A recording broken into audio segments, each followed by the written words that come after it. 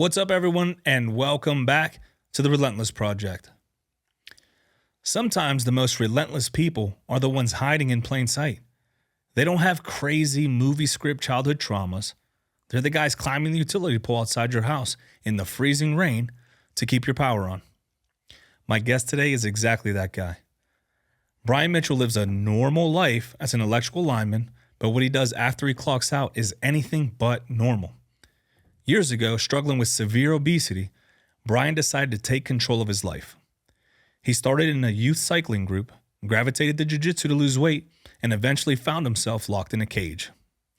Fast forward to today, he's an undefeated 4-0 amateur MMA fighter. He boasts 3 devastating first-round finishes, survived a brutal 1-year layoff filled with canceled fights, and just weeks ago, in February of 2026, he wrapped a light heavyweight championship belt around his waist. He's a lineman, a coach, and an absolute problem in the cage. Bryan Mitchell, welcome to the Relentless Project. You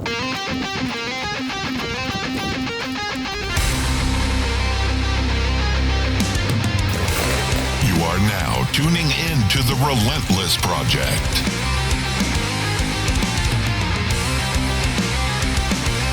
Real people, real stories, real life.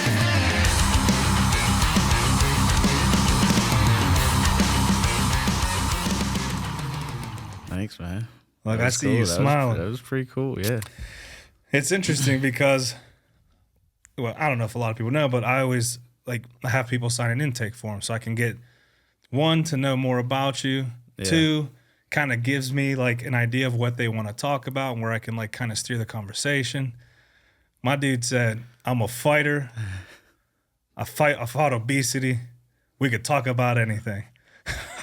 Yeah, I'm like, all right, we'll have to figure something out about that, but pretty straightforward cat. And every time I see you, you're very chill. I think you say about 10 words on fight night when I'm around.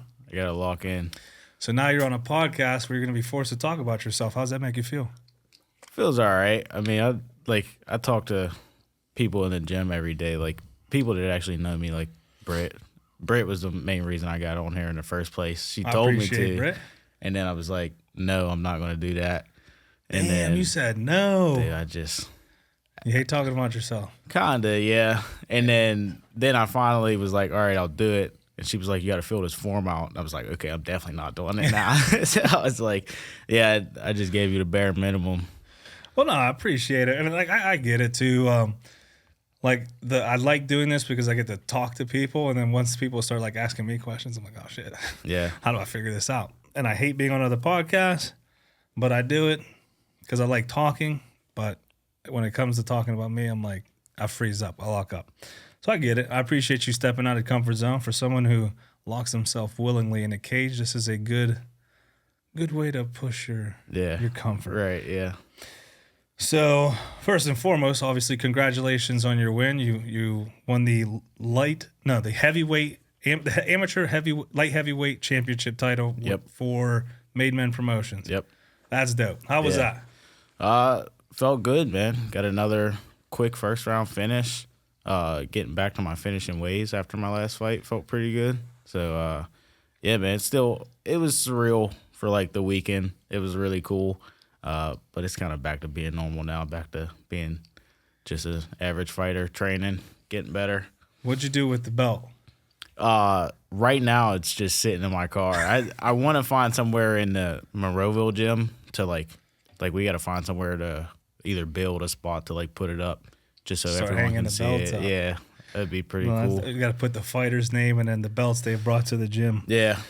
That's another belt to the gym, which is interesting. Is that your 4-0, 3 first round finishes, which is crazy to me. Yeah. And I just saw your Instagram video where it was you doing DC's. Oh yeah. I was like, holy shit, that's kind of oddly familiar. Yeah. So yeah, we're gonna dive into a lot of that. I wanted to give you the official Relentless challenge coin. You've earned it, and you still got a long way to go. And speaking of Instagram, I saw that you don't have a fighter name yet. No, I don't. I've been looking for it. It was my New Year's resolution for last year, and I guess I just didn't do anything cool enough to earn one. So, Well, I mean, I messaged you with my thought. Blackout I sent it to the team. He sent it to the team. Sent it to some teammates, and they were feeling it. I sent it to Britt. Britt liked it. All right. Britt liked it for some other reasons. She said she likes the blackout, which I also like to blackout after fights. Oh. Yeah, but Celebratory. oh yeah, for sure. Oh, But, so it's a double entendre. Look at yeah, that. yeah, and I don't. It sounds really cool. I hope it sticks. So we'll try to. Oh. It is. Yeah. It is the thing. Yeah. I was thinking, like, he's a lineman, electrical work, 3 out of 4 first-round finishes. Yeah, Yeah, Brian Blackout. yeah. No, there's a lot of meanings, and then even like when I sent it to Brittany, I was like, it's kind of cool because like her thing's the sunshine thing, and like I don't know if you noticed, but Britt's the reason I started fighting in the first place. Oh, So, I did not know that. She's kind of like, I guess, my mentor in the whole grand scheme of things. So like to have something that kind of maybe plays off her name a little bit was always like, it would have been cool to me to have that connection See, to I didn't her. even know and that. Yeah, so I can't. We're gonna definitely dig into that. 'cause Yeah, for sure. Yeah, I had no idea. Yeah, sunshine and then the blackout. Yeah, Man, if that ain't the dude, if that's the name. I'm Yeah, right now right. on the Relentless Project. Ish did it. Ish Bryan found me a Blackout name. Mitchell. Yep. Now we need like a nasty knockout to announce it on Yeah. social media. I mean, all respect to the next opponent you have. Hope you heal up quickly after that. Yeah, after. But we're gonna yeah. need something like that to kind of lock it in. Before we get into the weeds, I kind of want to learn more about you, and then we'll get into like how you got started in Jiu Jitsu, MMA, all that stuff, and eventually found yourself locked in a cage for fun. Because that always intrigues me why people pick that to do for Yeah. life. You mentioned having a normal upbringing. Like, what was normal for you? Because that term can be very subjective. Just like I watch this podcast. I watch almost every episode, like especially appreciate it. with our like members. But like I just don't have any like life defining moment or like something that really stands out to people. Like I just was a normal kid growing up, did normal things, and then somehow I ended up being an MMA fighter. So Which I like that. I like right when we focus on, because there's a lot of people who grow up a normal life, but then they find themselves at this crossroad of like, what do I do with my life?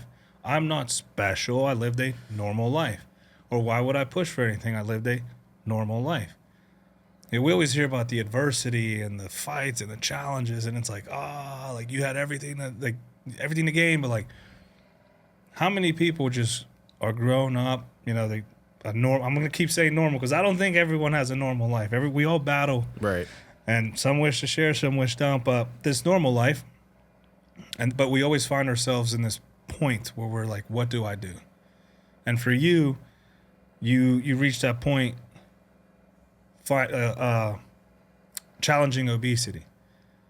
Like what was that moment? Did you like wake up one day and say this needs to change? Or was it something that happened gradually and you were like, let me start getting ahead of this? Like how did that look for you where you decided to kind of pivot your trajectory? Well, it was kind of like, it didn't start getting bad until like a few years ago. But like I've always just been like a bigger kid in general, like, and like even in school, like I never got like bullied or anything, but like it was a joke that I was like a little chubby kid and stuff like that. So it gave people something to joke about, which never really like felt good, but like we were kids, it was kind of just like funny, like, I guess, in the moment, you know. But like I don't know, it just started like affecting too many parts of my life, like just being too big. Like I got to a point where I was like I was 260 at one point, and like 260 flimsy, you know what I mean, like soft. So like yeah, like Flimsy. it didn't look good. Like, you know, you get in a car, put your seatbelt on, just didn't feel comfortable, like you're breathing heavy, Like me right now. yeah, no, I mean you're a pretty solid whatever. It's But heavy. He said whatever. He said Yeah. you're built like a bag of milk, my guy. That's what he said. But I'm gonna let it slide. no, but yeah, there was just too many things like even like I carry like a gun around and stuff, and like it would just feel Ain't that annoying? yeah, it feels Like, digs uncomfortable. into you. Like it was just affecting too many parts of my life, and I was like, man, like we got to do something. Bro, it's so funny you mentioned that because like about a year or two ago, I was getting a little something there. Yeah, You know, and I always I always carry right here. I said index. appendix. Appendix, and it was like digging into my Yeah. gut, bro. Yeah. So then I'm like, oh, I'm gonna put it on the side, but then it like sticks out like a sore Yeah. thumb. So I was like, oh, I'm gonna, I bought a left-handed holster to put it on the small of my back, and I'm like, oh, I'll just. And then I realized I wasn't mobile Yeah. to get to my Right. back, and I'm like, this is garbage. So I started like looking into mobility workouts and like cutting all the, trying to chisel the statue, Right. if you will. But something so small like that could be so inconvenient. Yeah. That's And- what it was. It was just a bunch of like smaller stuff where I was like, man, Inconveniences. yeah, it was just like I got to do something, man. So what was your first decision? You said you got to do something. Yeah. What do you decide? Well, at first I'd only known about like going to the gym, like going Typical, yeah, lifting typical weights and response. stuff, but like it was one of those things that I never really enjoyed doing it like alone. So like sometimes me and my friends would go, but that means like if your friend can't go, then you're don't not. go. Yeah, I'm not going to go because I'm not going to go to the gym by myself. I didn't know how to like build a good plan or anything, so everything about like the traditional gym was just like not it for me, and that led in like even more and forced it like, oh, I was just going to stay fat. Like I don't like going to the gym, so I got nothing. But I had always like watched the UFC, obviously, and me and one of my friends decided that we would like start to look for like jiu-jitsu gyms, and then I just looked up jiu-jitsu gyms near me. So you actually started looking at jiu-jitsu initially. Yeah, Usually, especially if you don't really understand the UFC, you're like, oh, I want to wrestle or I want to Right. box. yeah, Like, I guess jiu-jitsu is becoming more prominent in the last few years. yeah. But that was the first thing you looked into. Yeah, I mean, I'm a big fan of the UFC, so like I know the differences. Like maybe people do that because they don't really know the difference between like jiu-jitsu and wrestling. But like I was just looking for MMA gyms or like jiu-jitsu gyms. So Was Stout your first like choice? yeah, pretty much. I mean, like it was just as lucky as looking up jiu-jitsu gyms near me, and I live in the Monroeville area, so like the closest gym was Stout Pittsburgh East in Monroeville. So That was a plug, by the way. yeah, oh yeah, Wink, I was wink. for sure. Yeah, Pittsburgh plug. East. Yeah, for sure. In Monroeville. Yeah, for sure. New building. Yeah, new building now, but at the time it was the old building. So yeah, like it was just because there's a few gyms in the area, but What's out Monroeville? like gym Yeah, wise, gym-wise, because they have like High Ground. I think is oh, maybe that's out somewhere. that way. I thought that was so. like South Hills, like South. I South could Hills. be lying to you. Yeah, I don't know. And There's all I know is some. There's some for sure. But like it was just like at the top of the list, and it was just pure luck. Like I tried it out, liked it, and then fast forward to now. Were you like cycling at this time? Or not yet? No, I really like cycling. I don't know. You mentioned cycling. I didn't know if you meant like cycling through options. Oh or no, something. no, my bad. No, that was another were you thing. biking Like, at yeah, this bikes. time? Yeah, sure. No, I like kind of gave that up a little bit too. Like I did that mainly while I was in like middle and high school, and then like obviously doing less of that helped me get fatter. So like it was something I really enjoyed doing and still enjoy doing, but like I just started doing less and less of it, which just started like. When you're biking, is it like group? Yeah, we okay. were in like there would be so we'd go on like practice rides maybe around the city, like go through like the waterfront and stuff. We'd go like downtown all the way to McKeesport, and that'd be like You said downtown or downtown? downtown for Downtown, sure. Yeah, for sure. I'm from Pittsburgh. I just had to make sure No, I had to for know. Sure. So yeah, we would start downtown and like do a practice ride to like McKeesport area, which is like a pretty good I'm ride. about to say that's Yeah, it's pretty good. that's a trip. But we would do like we call them like bike trips, where a group of us would bike to like whatever state, like state to state, or like we'd maybe drive somewhere and then like You for would example, bike cross state? Oh yeah, for sure. Yeah. Like from one side of a state to another state? Yeah, like probably the longest I've done, like I've biked from here down to Louisiana. Yeah, On a bicycle? on a bicycle, yeah. With like not electric? Pedals. Yep. How does that work? You get on a bike. How long does that So that one was like a little different format too. We did like we called it like a relay style at the time. So one group of like 3 or 4 would bike to a certain checkpoint. Maybe it was like you'd maybe do anywhere from like 70 to maybe like 100-ish miles a day.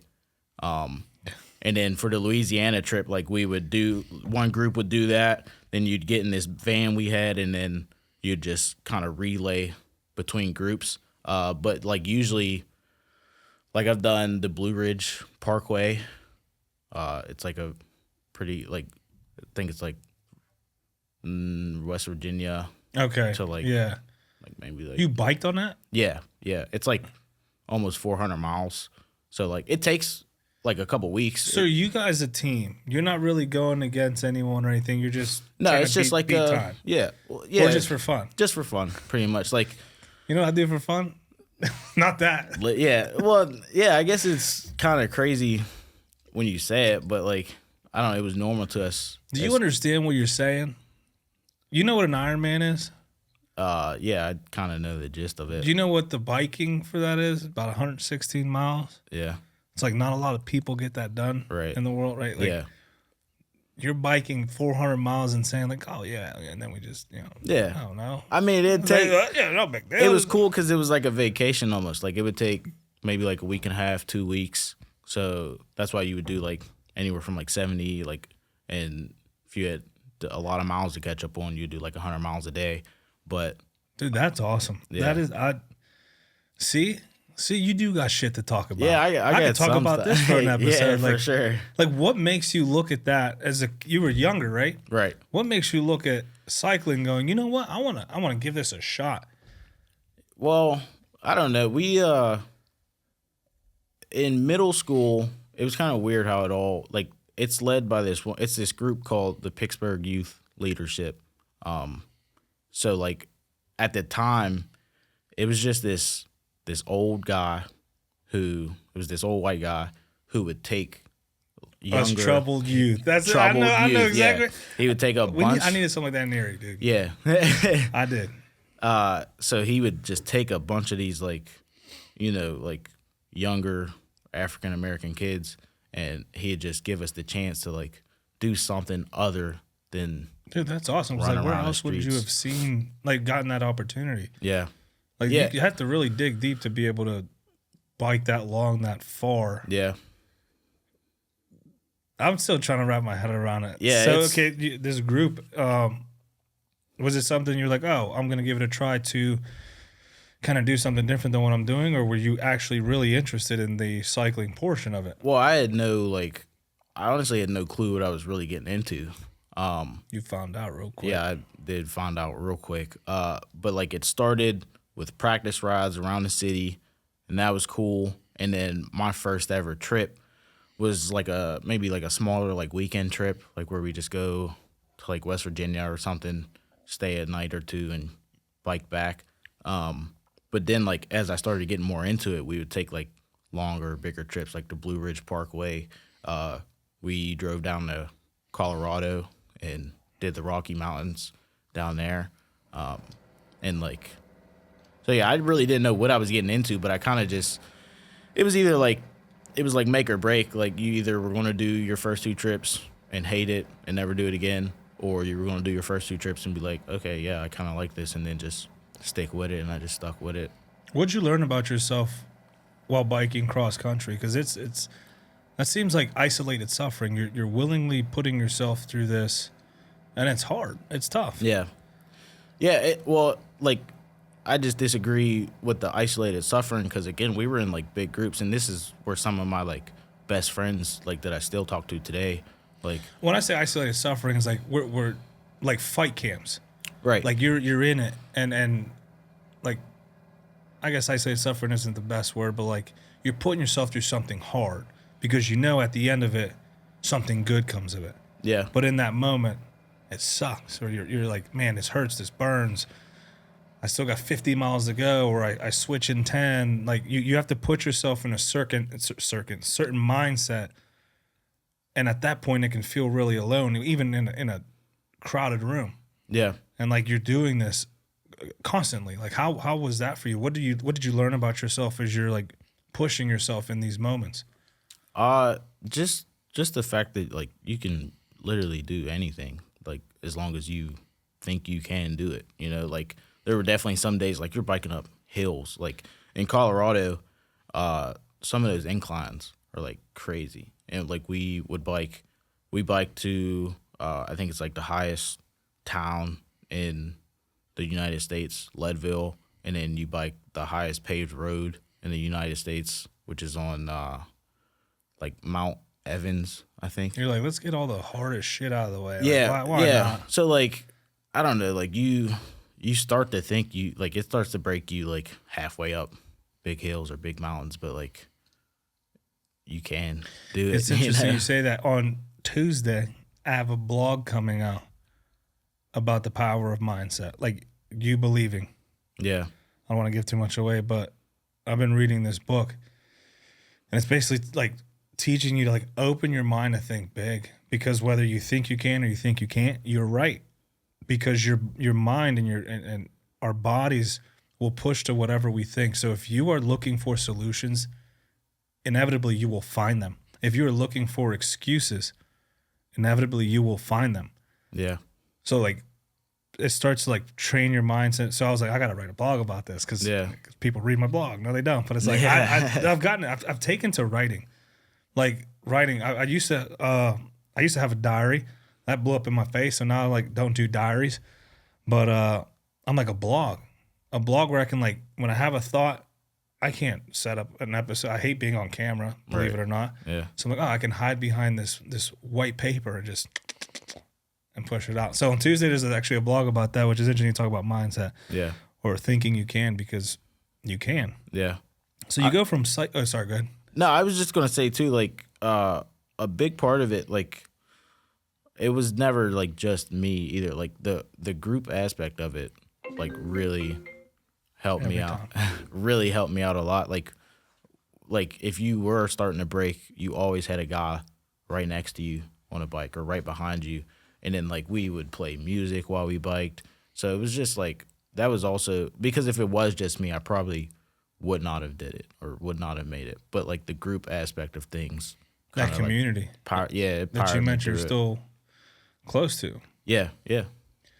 That is cool to be doing something with like-minded individuals, and you're all like, quote unquote, suffering together. Yeah. And you're doing it together. It's the same thing with like a fight camp. Like a fight camp is just like it's you versus you or whatever. But like every Tuesday, we're in a room full of people just like you, and they're in that fight camp with you. So like it's, I don't want to say it's like selfish to like always just isolate yourself in it, but like if I thought of it as just me or like how am I going to get myself out of this, I probably wouldn't do it. So like having everybody else makes it easier.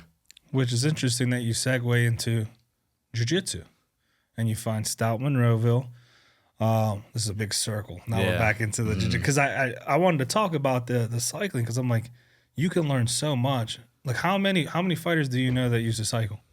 Probably not a lot. Right? Like you have this like this other advantage, and like your tank is kind of interesting in the cage. Like I can tell you what, I don't move like you move. Yeah. And I'm like gassed watching you fight. And you're like, so I'm like, there's something else he brings here. Cycling. Boom. There it is. Yeah. So you go from cycling to finishing people on the mat. Like, do you think you bring the stuff you've learned, the conditioning you've received, because that kind of stays with you from cycling into jiu-jitsu? Yeah, for sure. Like, that's the whole, like, there's, like, this illusion of, like, being in shape and looking in shape. Like, because when I was cycling, I still wasn't, like, lean or anything. Like, I was still kind of like a chubby kid. So I was, in my head, fat, but I could still bike, like, miles that in shape people probably couldn't bike. You know what I mean? So I was, like, I was in shape. And then, like, the joke is always, like, you know, a circle is a shape too, or round is a shape too. But like, I say that about yeah, myself. yeah, exactly. But like, I was in shape. Like, I had good cardio, stamina. My legs were like I can't horse even legs. imagine. Yeah. So like, I've always had that shape, like being in shape mindset. So you go into jiu-jitsu gym. What is your thought process before you even? Did you just like go and sign up? Did you do the 10-day trial? Did you like feel it out? Did you go watch? What was your process on? I know you had you wanted to do it, so you had that motivation. Walk us through the process of signing up and actually it becoming a thing that you do. Yeah. Again, it was something like I probably couldn't have did it by myself. Like, it was me and one of my best friends. We signed up together.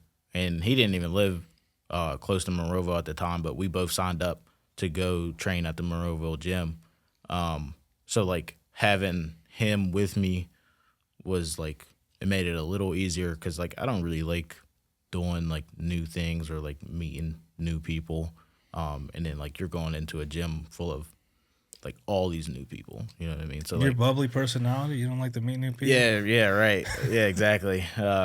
But no, like, it was definitely a lot of nervous energy and stuff like that. But like, you just it just gets so much easier, like, as you start to meet people, and like all the coaches are like super welcoming and stuff like that.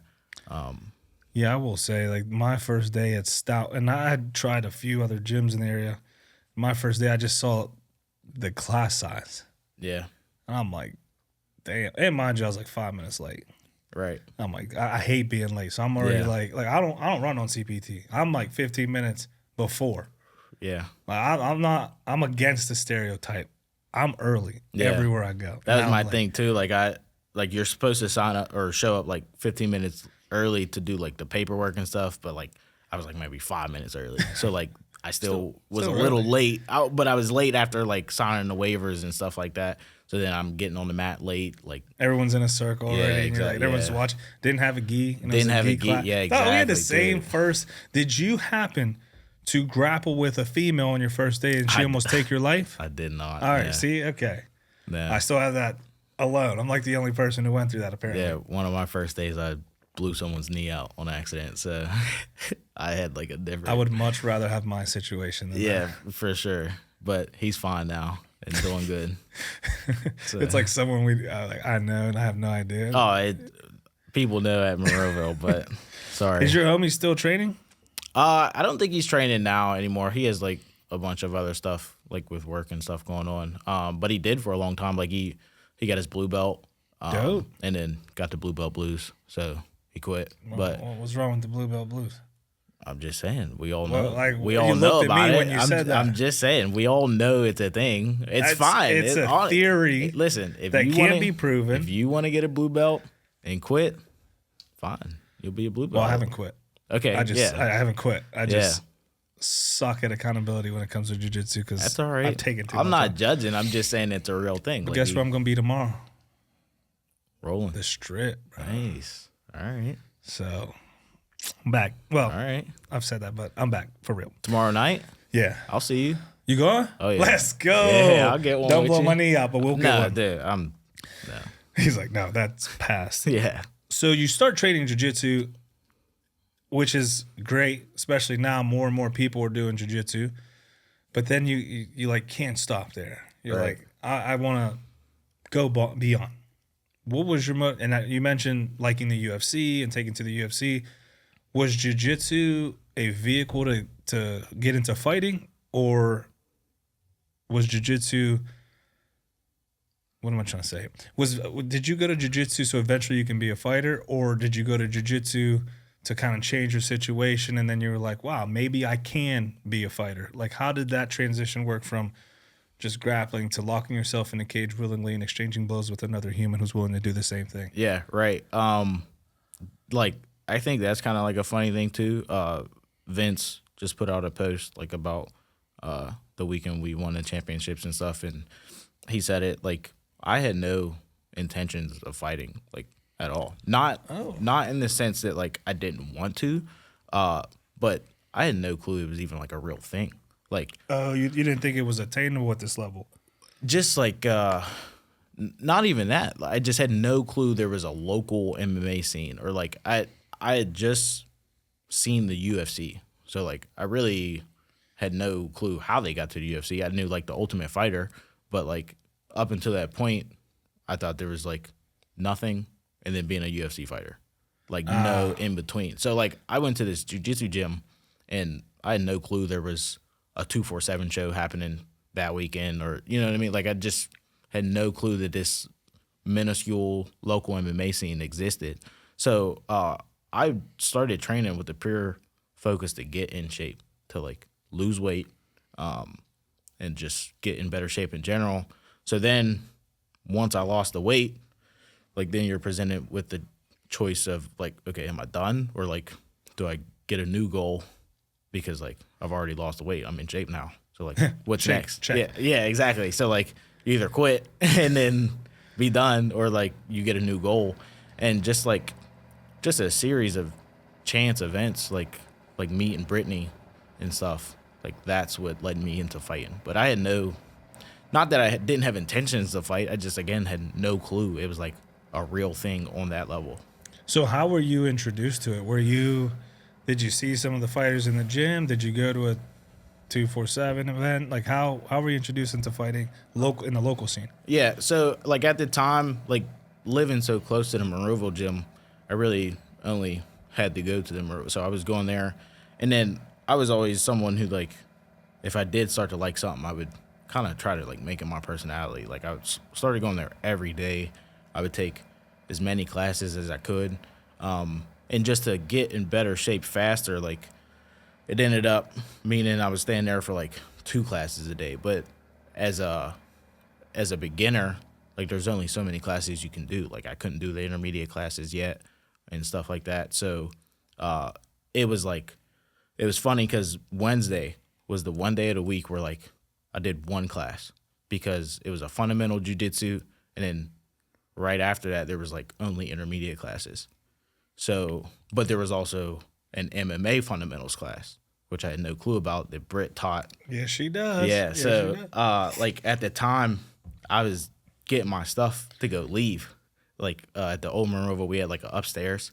So I went upstairs to grab my stuff, and on my way downstairs, Brittany just like looked over at me and was like, "What are you doing?" I was like, Going home? Yeah, I was like, "What do you mean what I'm doing?" Like, she was like, "You should stay for my class."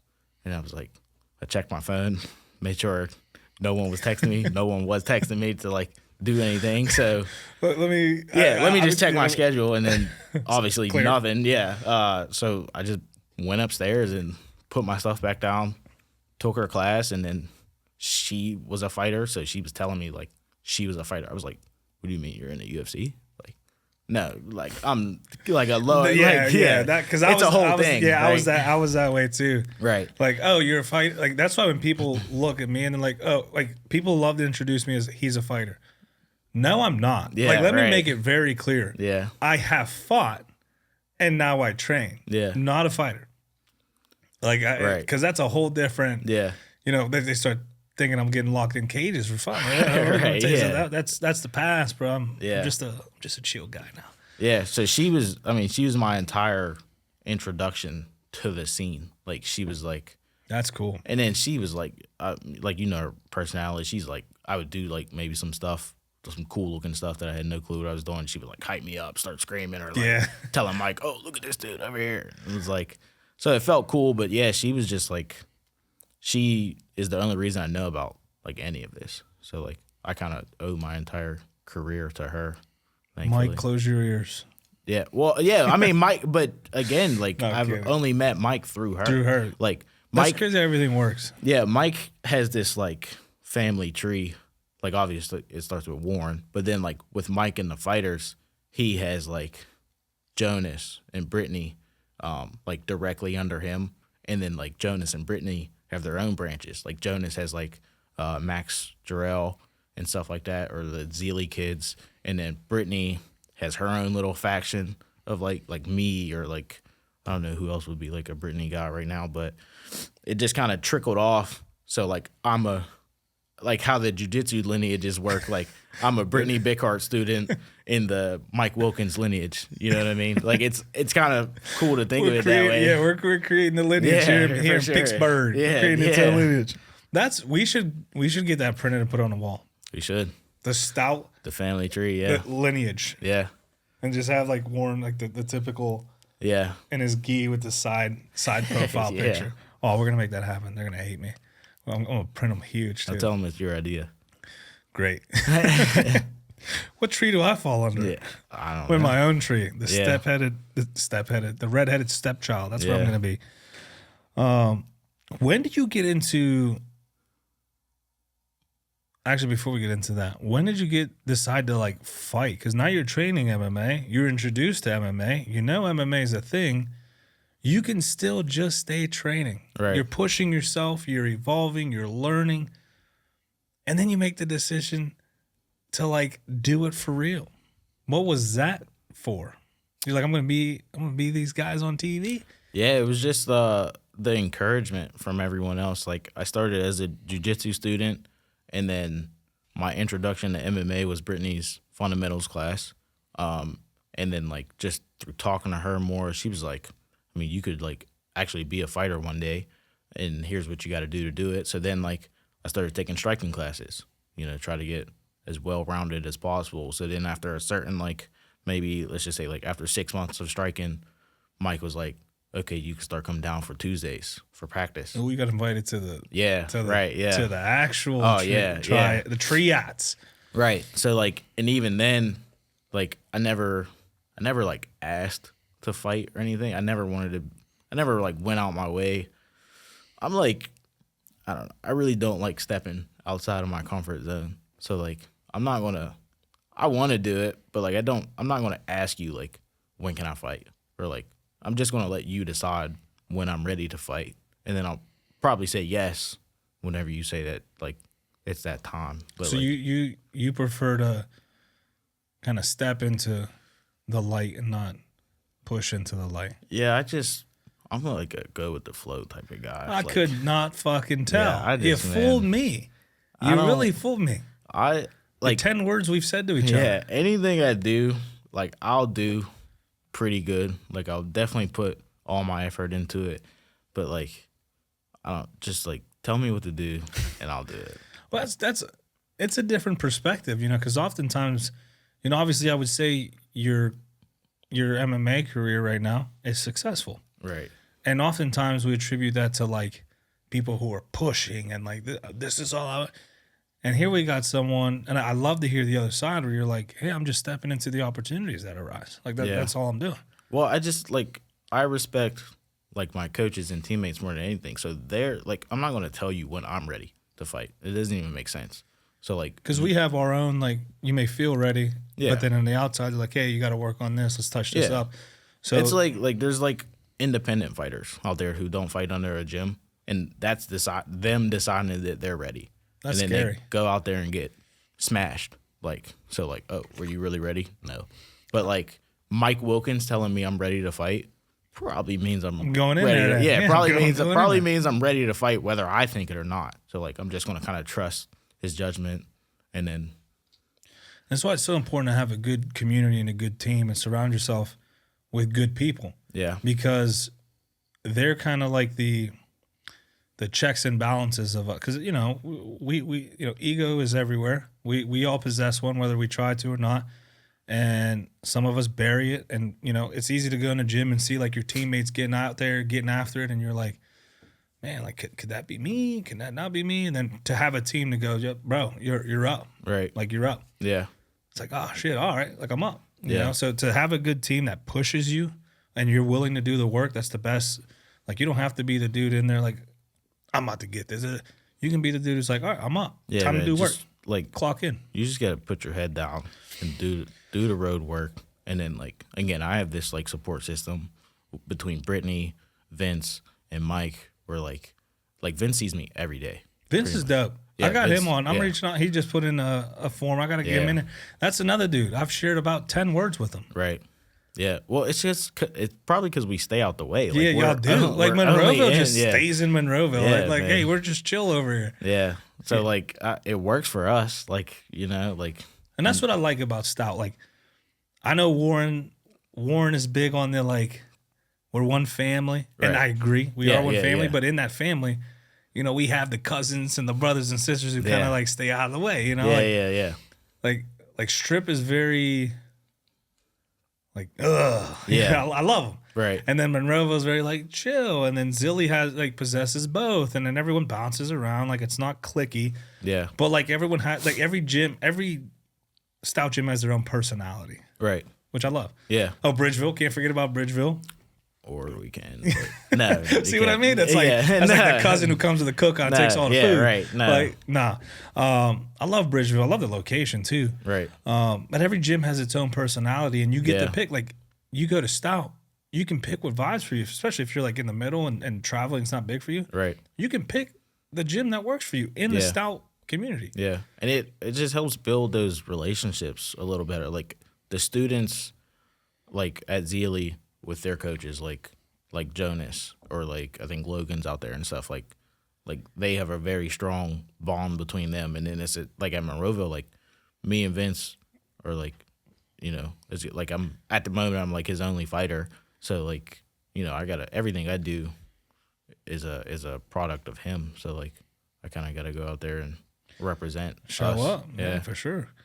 Walk us through your first fight. You signed your first fight. It's about to happen, and your first fight was actually canceled, right? Like, yeah, my initially. first fight. Yeah. Like, what was that like? You're in your first training camp. You're learning the weight cuts and the system of preparing for a fight, right? Because you don't want to go too hard, because now you're not setting yourself up to be ready for fight night. But you can't slack off because you have to be ready for fight night. So you're mixing those balances, and then it falls through. What are your emotions you're feeling at that time? That one's rough, but it was a little easier because they found a replacement, like, Immediately. right away. Okay. Right. So for the same event, and like I got a new opponent instantly. And everything again was easy, like, especially for my debut, and still until now, but for my debut especially, like, Mike put me, Brittany, and him in a group chat, and then he was just like, all right, Brittany's going to run your fight camp. I'm out. I'll be here if you need anything, but, like, I'm out. Deuces. Brittany, take care of them. And Brittany just, like, she just groomed me to, like, not, like. We can't say that Right, with Jiu Jitsu now. She just put me under her wing to, like, you know, she just made everything easier. Like, her and Vince, too. Like, again, I see Vince, like, every day. So, like, I had these two super strong figures to, like, guide me through everything. So I didn't have to do, like, it was mindless. I didn't have to do much thinking or anything. I just had to do what they told me to do. And your first fight ended in the first round. Yep.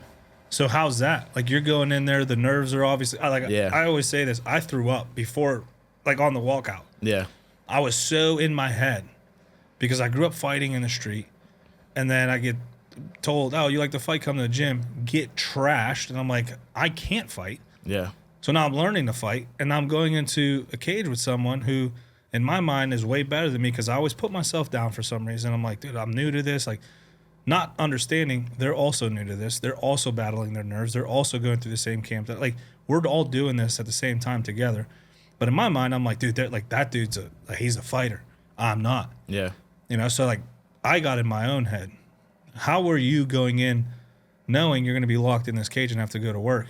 And then you get that dream, that first round finish, and you're like, shit. Like, yeah, I don't know. This is me. You don't know, like, the whole story behind the finish, too. Like, it's pretty dope also. Yeah, leading up to it, I don't know. I get nervous just like anyone else, but, like how we were talking about, like, for work, like, I could die at work every single day. Yeah, we're going to talk about dudes. That's so, wild like, what you do. So, like what is realistically going to be more nervous or nerve-wracking than that? I'm touching like electricity that could turn me into a hash fries brown, people. You know what I mean? Like, so like I get nervous, of course, and it's complete like it's definitely a mental hurdle to just get in the cage in general. But like again, like once I get in there and like I finally get hands on you, like I'm good. Like I feel comfortable again. But that one had a lot of stuff behind it too. Like the guy showed up like severely overweight, and then like the commission was like talking about not letting the fight happen because there was too big of a discrepancy between our weights. But like we finally got all that figured out. You take the fight anyway. I just wanted to fight. I didn't care what he weighed. See what I mean? honestly. Like, there's a lot that goes into this, especially with the mindset stuff that people who don't fight can apply. Right. Right? Like, you plan a perfect camp.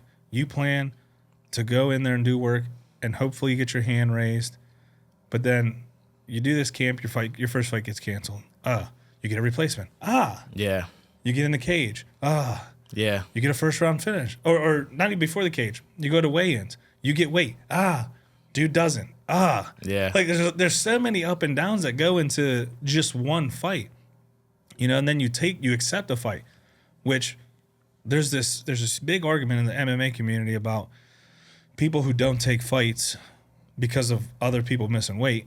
And even if it's 5 pounds or whatever, and they're like, wow, it's 5 pounds. People don't understand how much that 5 pound difference will be once you're hydrated and fueled. Yeah. Like that 5 pounds turns into 15, 20. It either means that dude is like he seriously tried to cut weight and still couldn't make it, so he's going to be gigantic fight night, or it means he didn't try to cut weight at all. Like he got to a certain point and was like, all right, I'm not going to make weight. I'm not going to suffer as much as you. So when he rehydrates and stuff, it's going to be he's going to be in way better shape than you. So like there's definitely a lot of things, like especially at the professional level, like if you miss weight, like we signed a contract, like you violated the contract. Yeah, that's a part of this. You are cheating. That's a part of this. Like you agreed to come in at this weight with me. Yeah. And you have failed to do that. Right. So then you take it anyway. Oh yeah, yeah. For me, I didn't care. Like I don't care. Like I just fought, especially in the amateurs, 205. So like I don't really care what you weigh. I mean, I'm feeling pretty confident regardless. So you take the fight, and then walk us through the finish. You said it's So the finish again, like me and Brittany have this like super tight bond, right? Like it was like mentor student. Like she was, especially her. Like it's there. Like me and Vince have a good bond as a coach and a student, right? But she's kind of like, she's like varsity, and I'm like, what's the JV, right? So like a big for her, it's like a big brother vibe. Like Brittany's like definitely a brother. I mean they call her brother. Yeah, yeah, brother. Yeah. So it was just like a big brother type of thing where she like just took me under her wing, showed me the ropes. So when she made her pro debut, I made sure like I had to go watch it. Like it was in the Poconos. Yeah. Which was like far. Yeah, it's a pretty far like 5 hours far to drive for like some local fights. But like I could not miss her pro debut. Like you only get one pro debut. So you got to try to make it as memorable as possible. So and like I forget, like we were picking walkout songs for her. Like she didn't know what her walkout song was going to be. And like during one of her classes, Sean Paul Get Busy came on, and I was like, yeah, that's it. Yeah, this is it. So she had her shirt had just came out. She had this bucket hat, this like pink tie-dye bucket hat that she did like a raffle for, right?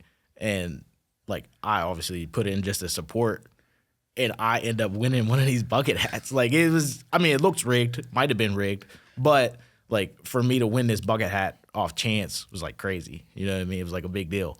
So or like by design. Yeah, exactly. Yeah, for sure. Meant to be. Yeah, we rig everything, like for sure. So like when she fights, she walks out to Get Busy, has the shirt on, bucket hat on, goes out there, subs this girl with a rear naked choke in the first round, 1 minute, 1 second, right? My fight, everything in my control, I make the same. So I walk out there, I got her shirt, her bucket hat. I walk out to get busy. Like, vibes are high, right? I go out there, take this dude down, grab his neck, strangle him. 1 minute, 1 second.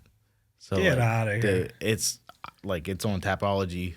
2 first round finishes, RNC, 1 minute, 1 second. So like, but like that is not in my control. You know, I just went out there. He was looking at the clock. Yeah, right. He's like 58. Yeah, Mike made a joke 59. that he was like telling me when to squeeze, but like there's just no way you can control that. But like for us to have basically identical debuts, like my amateur debut and her pro debut, and then again like that big brother, little brother vibe, like I mean you just like can't make it up. So it was like it's a pretty big deal. Like I told her in the crowd, and she was like tearing up and stuff, and I was like yeah, this is like. And how'd you feel after that win? I mean, given all that stuff, you probably didn't know the 1 minute one. You definitely knew the rear naked. Right. That was the given. But like, you win first round, first fight, emotions are high, Yeah.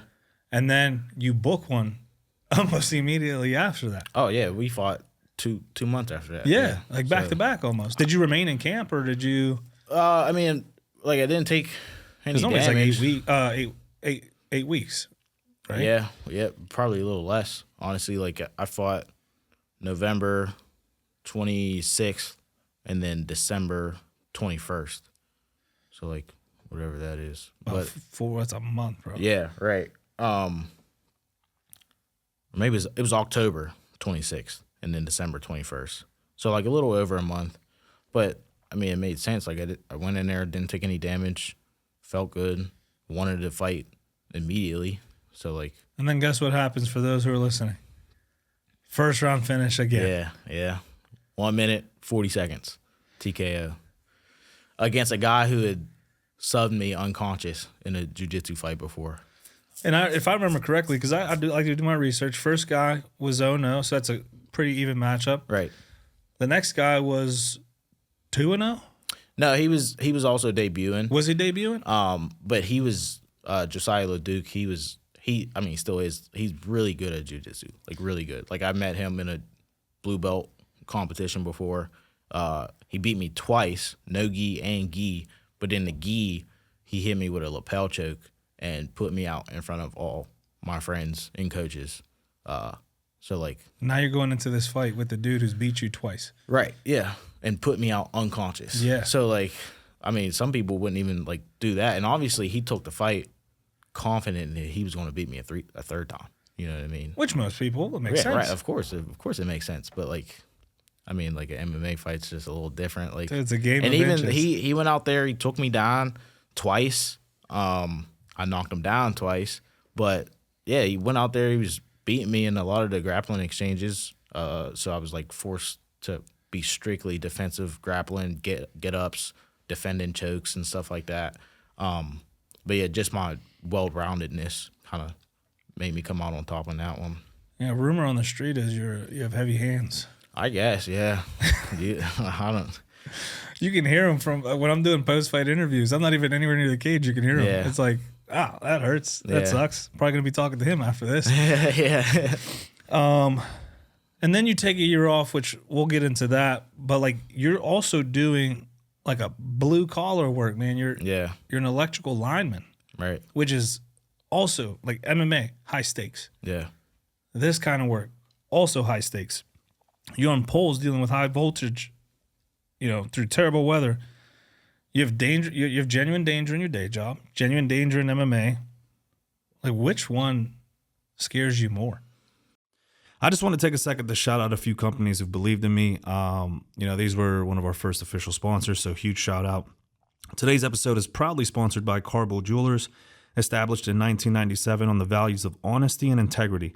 Whether you're searching for the perfect piece, need expert repair services, visit Carbo Jewelers in Newark's Ironbound District, where your jewelry is always in safe hands. This episode is also brought to you by Continental Jewelers, proudly serving Hudson County, New Jersey since 1964. Whether you're seeking a timeless piece or need expert repairs, they've got you covered. Visit Continental Jewelers, your trusted source for all things jewelry. You can find them on Instagram at Carbo Jewelers or online at carbojewelers.com.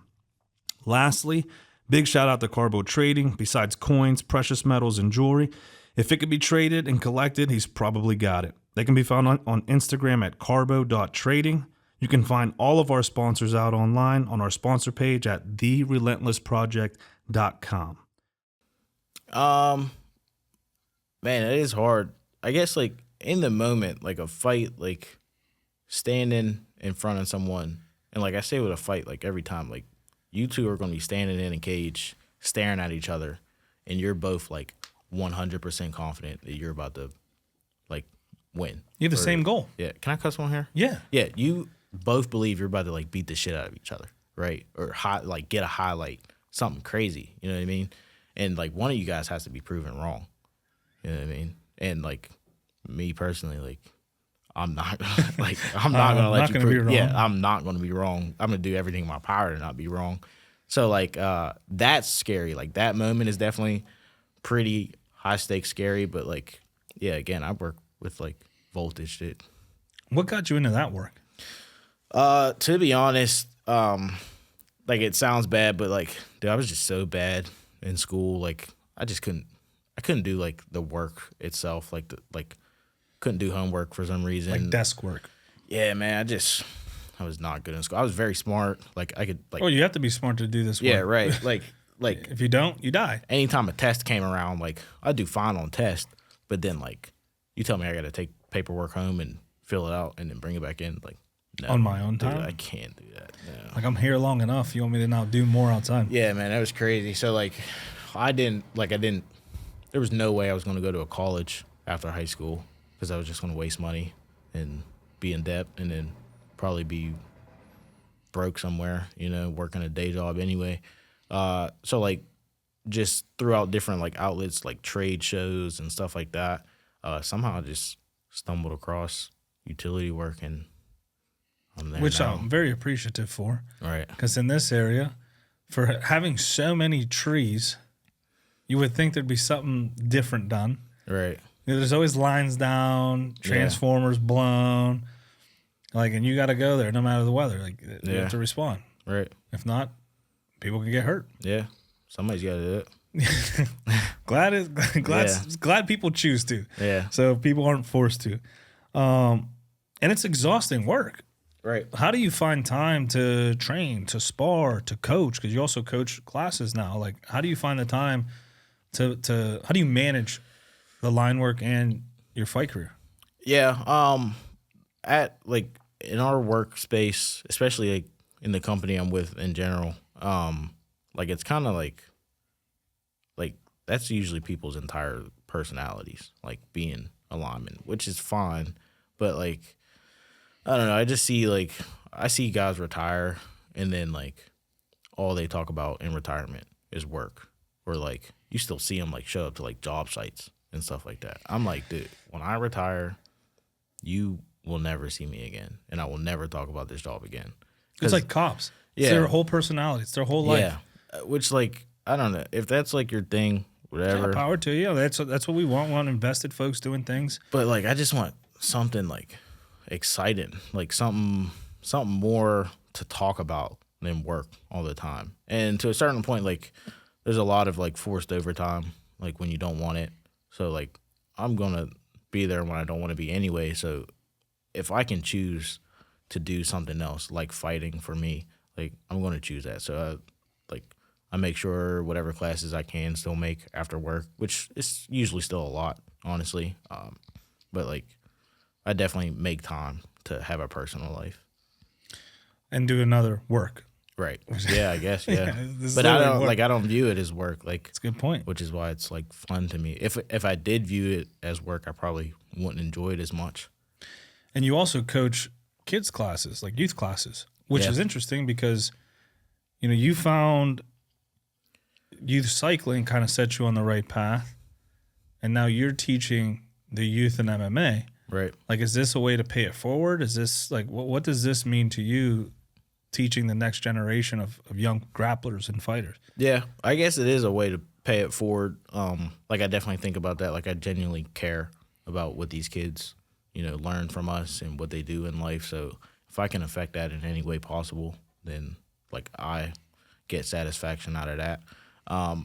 But then on the other side of things, like there are like some selfish things. Like teaching kids helps me become a better fighter. Like if I can help 5 and 6 year olds or like young teenagers understand a concept or like how to throw a punch, like that in turn just makes me like, there's the cliche of like, you're not a master of something until you could teach it.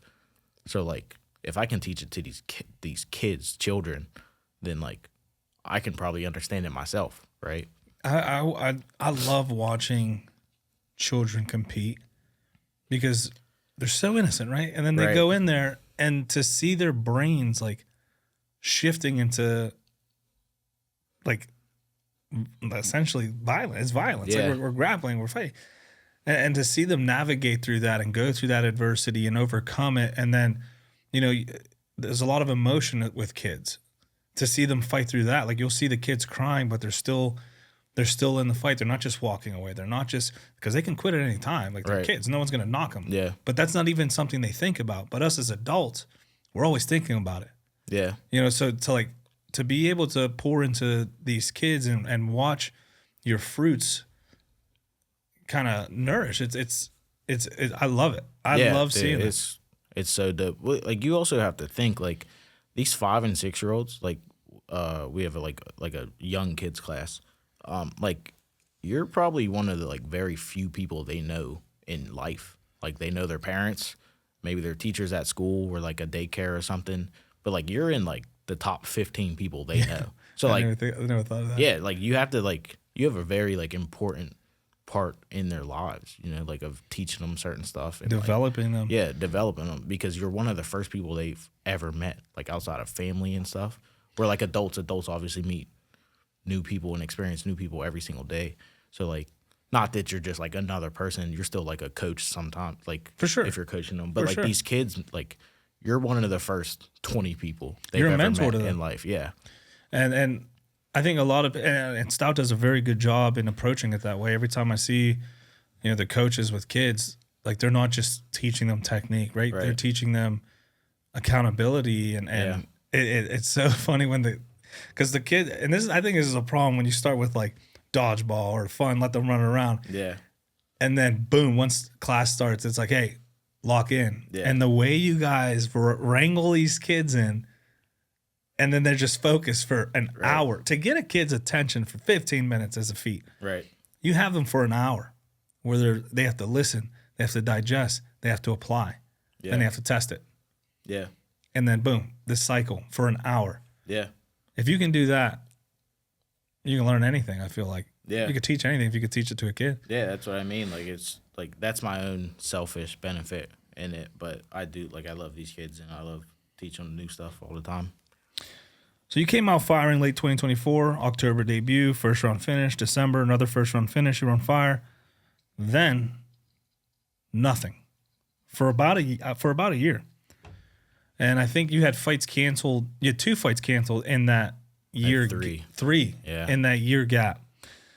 And for those who fight, they can understand like how exhausting an 8-week camp is or a 4-week Yeah. camp is, like preparing for a fight. You go a year Yeah. on these up and downs. What was going on through that time? Yeah. After December, like it was kind of the plan to go up on a little like developmental block for the next few months. So the first part of the year was making sure I was like getting better. Like sometimes when you're in a fight camp, you're mainly just like refining the stuff you're good at, or you're making sure you're like fight ready. You shouldn't, not that you shouldn't, but you're not really going to be like learning too much new stuff because you're getting ready to fight. You have to be in the best like mental shape of your life to go out there and do whatever you want to do. So like we made sure I didn't have a fight for the first 3, 4, or 5 months maybe, to make sure I was training not for a fight but to get better, like strictly getting better striking, jiu-jitsu, wrestling, everything. So that took away the first part of the year pretty much. But once we were looking for a fight, my first fight was scheduled for July. So that means from June, I was in camp, didn't fight until September. I have it. Or You're I think it was September. November 2025.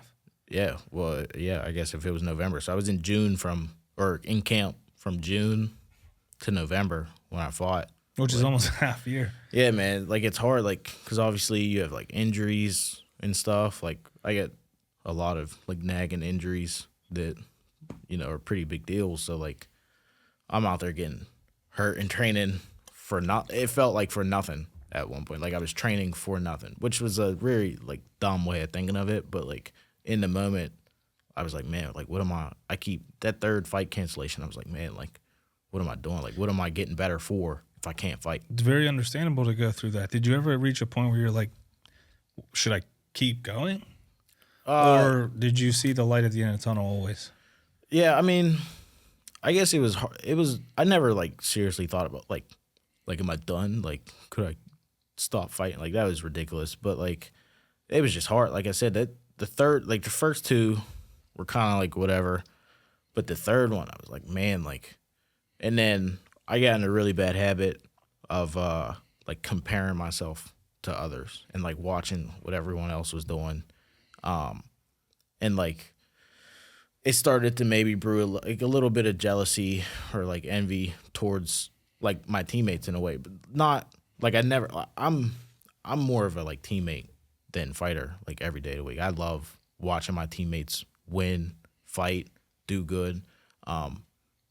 But like the devil on my shoulder was just like, man, all these other guys are fighting and they're taking off. Like guys that made their debuts after me have more fights than me now, which was like really like. Well, it's understandable. Yeah. To have that second voice and yeah, but I hate saying it out loud because it sounds like I was really like envious towards but I was more I again love all my teammates, so I was so happy seeing everyone do good. Like all these new undefeated fighters, these dudes are killing, like making us all look good. You know what I mean? But I was like, man, I want a piece. Like I want a piece of that pie. Like, and that's understandable. Yeah. And the crazy thing is we all go through that. right. Right? We all go through that. It's what you do while you're going through that defines you as a person, right? Right.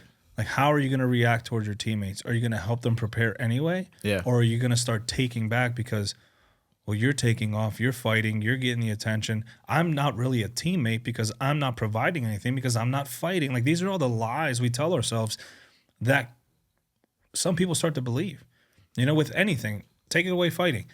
Podcasts. I see podcasts that started way after me, doing way better than me. And sometimes I get in my head like, what are they doing that's so different? I'm doing X, Y, Z. I'm putting this work in. I don't have a producer. I don't have a graphic designer. These other dudes do. Like, Yeah. like what? Like, is it that? Is that what I'm missing? And then you gotta be real with yourself and go, well, hold on. There's plenty of space for all of us to exist. Right. And what I'm doing is affecting my immediate listeners and the guests that come on. Like, why am I so focused over here when I need to be focused on what I'm doing? And so we all go through it. It's not you.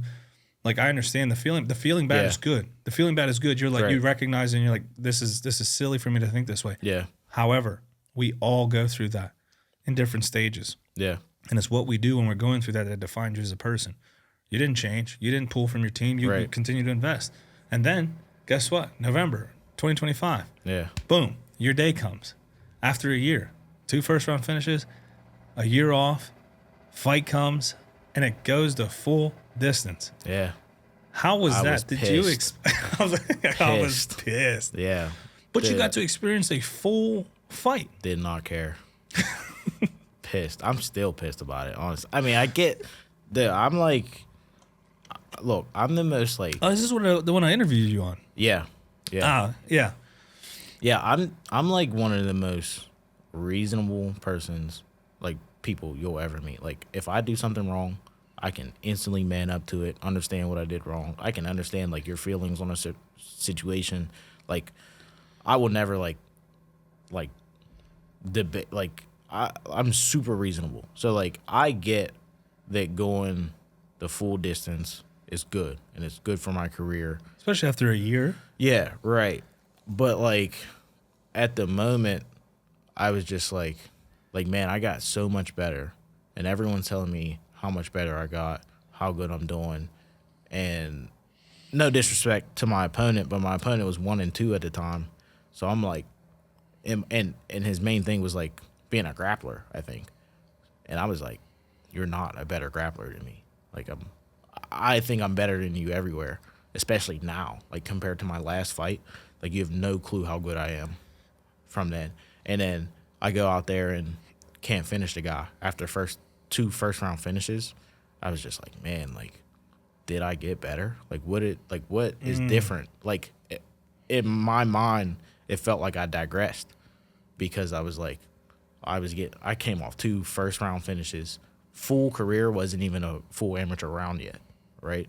Like a full amateur round, 3 minutes. I didn't even hit the 3-minute mark yet. Yeah, then, 2/3 of the way there. Yeah, right. And then I just went 6 minutes with, like, again, no disrespect, but this dude that I thought was so much more inferior than me. Like, I was so much better than you, and I just went the full distance with you. And I was like, man, like, I went in the back. There's probably, like, I got to find the video. Max has the video of me, like, crying. Dude, I go straight to the back. Because I told you to wait. I didn't want to talk to you at first. Yeah. Then I had to come back around. That makes sense now. Dude, you were like, ask for an interview. I was like, get the fuck out my face. Hey, but we got I was like, dude, get away from me. I went straight to the back, took all my shit off, cried. I was about to skip your shit too. Dude, yeah, you probably should have. I was being a little bitch. But like, I cried, dude. I cried so much because I'm super like emotional about everything. But I was like, man, I feel like that. And in the moment, it felt like a bad performance. Like, because I'm not like a striker, and I had a strictly striking fight with this dude basically, and I was getting hit, and like I knew like my footwork was bad. So at the moment, it felt like I fought like shit. So I was like, damn, I just like made all these people wait a year to see that bullshit. I was like, fucking broken. Listen to what you just said. You're not a striker. Yeah, and and that's exactly what you did that fight. Yeah, you exposed the weakness, and you managed it. Yeah, for a fight.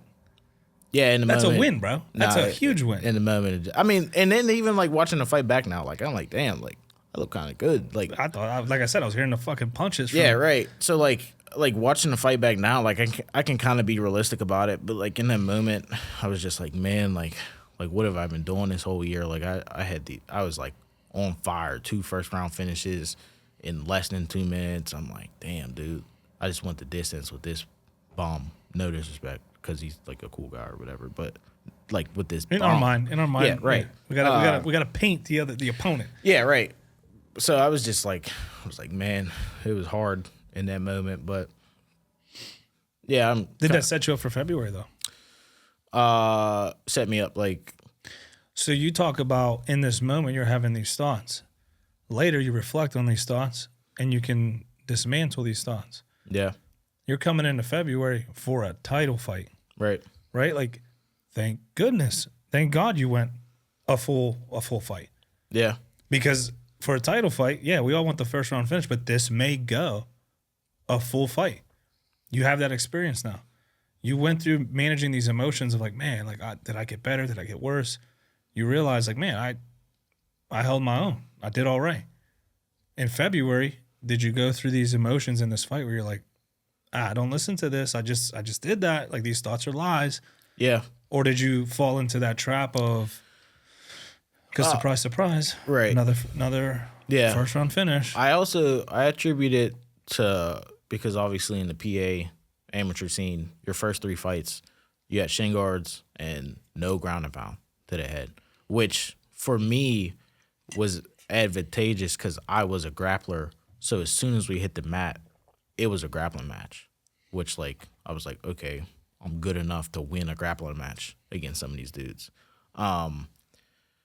But in that third fight, like not being able to ground and pound, because especially a lot of my grappling in that fight was defensive. So it was like sprawling or maybe like a reversal. So he's in these positions where I'm like, I can't even hit you right now. Like, so I kind of attribute not finishing to that. Like I believe if I could have ground and pounded, I probably would have finished that fight. But like all that weight was lifted off me after that third fight, because no matter where I go, I'm an advanced amateur now. I can ground and pound. I can do all this. Like I can play my game, and it'll benefit me because my ground and pound will open up my jiu-jitsu and my submissions and stuff like that. So let me get this right. The rule set changed, and before you even take a fight in it, you take a title fight? Yeah, it just, again, it was kind of like chance, I guess. You're a dog. Yeah, man. There's really no reason I should have been fighting for that title, but like the amateur scene is like fucking dog shit. Just a host. Yeah, just a host. Yeah, man. We start talking too much. I'm gonna start talking shit on a lot of people. But like, dude, there should have been more qualified people to fight for that title. But like, it came down the line. An opportunity arose. Yeah, right. And I'm gonna take my opportunity, of course. But like, yeah, man, like these amateurs are like not doing too hot, especially in the heavier weight classes. Like in the lower weight classes, it's a little more exciting. But like some 3-0 kid whose first fight in an amateur rule set won a belt. Like, come on. I wouldn't say some kid. Like you're doing the work. Yeah, right. No, I know. Like, I'm just saying in the grand scheme. Nah, like I that knew makes sense. if it was me, like I should be winning that belt. And did they like? I don't know how that works. Like, did you see a vacancy and you're like putting No, in for it? I don't do none of that. I don't like matchmakers try to hit me up or whatever. I don't do none of that. You talk to Mike Wilkins, Will Morrill, or Vince Mang, and they will give me a fight. I don't like. Fair. I'm not like. I don't know, man. I know my place. Like I'm not out there. I will ask for fights now, but like, dude, don't send it to my coaches. My coaches will ask me if I want to fight. And I'm gonna say yes. Listen to your coaches. Yes, Hey, yes. see what I did? Another plug. Nice. Another plug. Yeah. So you step in, you have this fight. Walk us through the finish, because another first round finish, right? Yeah. Shit, yeah. like you can't get enough of those. They're just handing those out to you, like. Dude, it's funny because like after my first two, Lucas, my good friend too, obviously. Shout out Lucas. Lucas was like telling me how impressive it is to have like 2 first round finishes, like how hard it is to finish people, and especially in an amateur round at the time, which was 2 minutes. So you finished a guy in the first 2 minutes of a fight. It's usually getting a feel for them in a pro fight. Right, yeah. So like he was just telling me like how impressive that actually is and how difficult it is. And I was like, bro, what are you talking about? Like I just did it twice in a row. And then I go into my third fight and I'm like, damn, it was actually pretty hard to do. Like I didn't realize how hard it was to do until now. But then like again, like I had this whole rule set that I'm like, He's about to talk shit. Look at his face. Look, because I don't want to like come off disrespectful. Something like I really don't care. But you give me, let's say generally, 9 minutes. That's a full amateur fight. You give me 9 minutes, ground and pound, and in West Virginia you give me head kicks. I'm not throwing any head kicks, but like you give me 9 minutes to finish a guy, and I have ground and pound and like a submission game. If I don't finish that guy, shoot me in the head. It's not me. It is an imposter. When's your next fight? I'm like fucking excited for the next one. Yeah. I don't know yet. Hopefully. Nothing lined up. Yeah. Okay. But yeah, man, I just like it's because I know the type of fighting I like to watch. I think that's where a lot of people like there are people out there that say like they don't watch fights, like they don't watch the UFC and still fight. And I'm just like, how? Because you watch a UFC card, you know what fights are boring and exciting, and you know what fighters are good or bad to you, right? So, like, you should want to fight like these guys finishing everybody, or these guys that are, like, entertaining. They open up and, like, create opportunities, even if they don't finish the guys, to finish the guys, right? Like, I don't want to just win. I want to, like... Win elegantly. I want to kill these dudes. Violently. Man. Yeah, like there's no reason I should just be going out there like point fighting or controlling and like, dude, I should be like looking to fucking kill you, right? That's when people think of this sport. That's what's the thought. So that's what I mean. Like I know the type of fighting that I like to watch. So why would I go out there and be boring and be like these other amateurs? Who like I watch some of these amateurs now and I'm like, dude, like I got a question for you. Yeah. You being a grappler. Right. The stopping and standing people up in the UFC. Mm-hmm. What are your thoughts on that? It just like there's so many variables to it. Like it depends. Like for instance, like Gelton Almeida just got cut, and that was like one of the most valid cuts in the UFC ever. The dude he could get anybody to the ground, right? Anybody, and he was a heavyweight. He was really like a 205er who was just like a big 205er. So he's fighting these heavyweights, and he could take everyone down, but had no finishes. And like he's getting to mount, to top, half guard, side control, and like he just wouldn't throw any strikes. He would just lay on top of these dudes. So like you're getting in some of the most dominant positions that the sport has to offer, and you're not even trying to finish these dudes. So like I don't know, it's hard because like a guy gets the mount, sits in mount, like realistically you shouldn't, like it should be on the bottom guy to get out of mount, but it should also be on the top guy to do damage. Like try to finish the dude. Why are you just trying to win by getting to mount and laying there? It's just boring. Like I saw a valid argument where someone was like, we don't stop a boring strike exchange to put people on the ground, but we stop a boring grappling exchange to stand people up when this guy's strength is the ground, and now you're taking him out of that and putting him into the other guy's strength of standing. Yeah.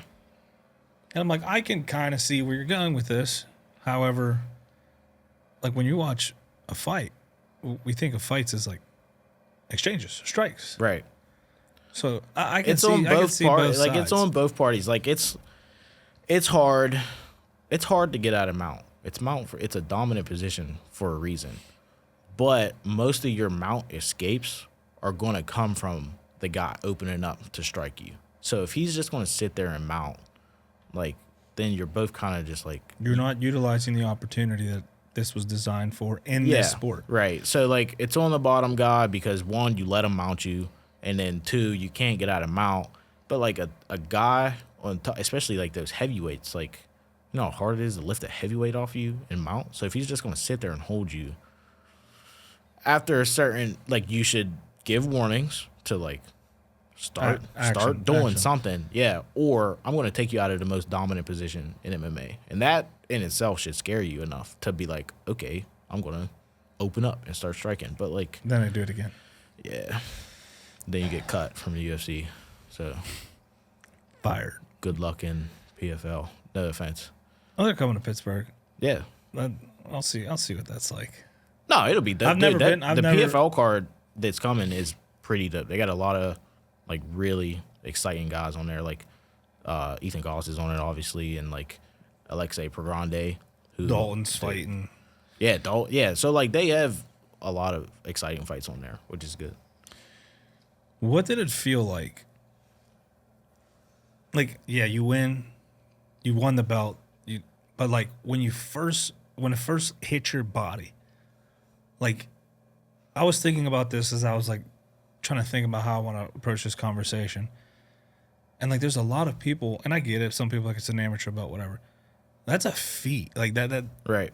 There's 99% of the population will never feel the feeling of earning that leather and it hitting your body. Yeah. Because of what you just put out there. Like you started jiu-jitsu to lose weight. Right. Let's put this into perspective. You started this sport, this MMA, we'll call it MMA, it's all MMA. You started MMA to lose weight. Now you're a light heavyweight champion and the belt's getting put on you. Like what was that feeling like? It just all like made it feel kind of worth it. Like again, I put out like a post like with the quotes like, oh, it's just an amateur fight. But like, Oh, you actually, is that the picture where, because I saw a picture with you and Mike, I believe it was. yeah. And it looked like there was a lot of emotion. Yeah, dude, it's like, I don't know. Again, I do it not just like for me. Like I do it for me first and foremost. But like everything I do in that cage is a representation of Mike and Vince, Brittany, the gym as a general. Like, my name is attached to Stout Pittsburgh as a whole. So, like, I have to make sure that I'm making not only myself look good, but my gym and my coaches and my teammates look good. So, like, that's more important to me than anything. Like, that's why I won't just go out there, put out, like, a boring performance. Like, I'm going to try to do everything in my power to make us all look good. Because it's just like how I like to do things, I guess. But, yeah, it was emotional just because, like, again, like, I started just to lose weight. And, like, I've made a lot of sacrifices to get to that point. So it is just an amateur fight. And one day it won't mean much. Like, hopefully I'm winning a UFC belt one day. And, like, we're not going to be like, oh, remember that time you won an amateur belt? Like, probably not. But in the moment, it just, like, it means a lot more. Like, I take it a lot more seriously than some people Well, in that might. moment, it's the highest thing. Yeah. Until the next one. Right. But, like, that sets you up for the next one. Yeah. Right. So, I congratulations again, man. Because, like I said, 99% of people will never have that feeling. Yeah. Like, it's wild to me. You're 4-0, bro. Oh, no. You 4-0. The amateur scene, like you mentioned, is getting cleared out. Yeah. Is there a pro debut coming soon, or how's that looking? Dude, no. I like that's because that is like an amateur belt is usually kind of like a signifier that like you're ready to go transition, pro. yeah. But like for me at least, like I know I'm still so young in my career. Like I just started training not even 3 years ago. Like it'll be 3 years in like maybe April, I think. Oh damn. So like, yeah, I just like it's not even like people keep asking me that, like people that don't know much about fighting in general. And I'm like, dude, I'm not even like close to going pro. Like there's just so much for me to learn still, and so much for me to like, so much room for me to grow.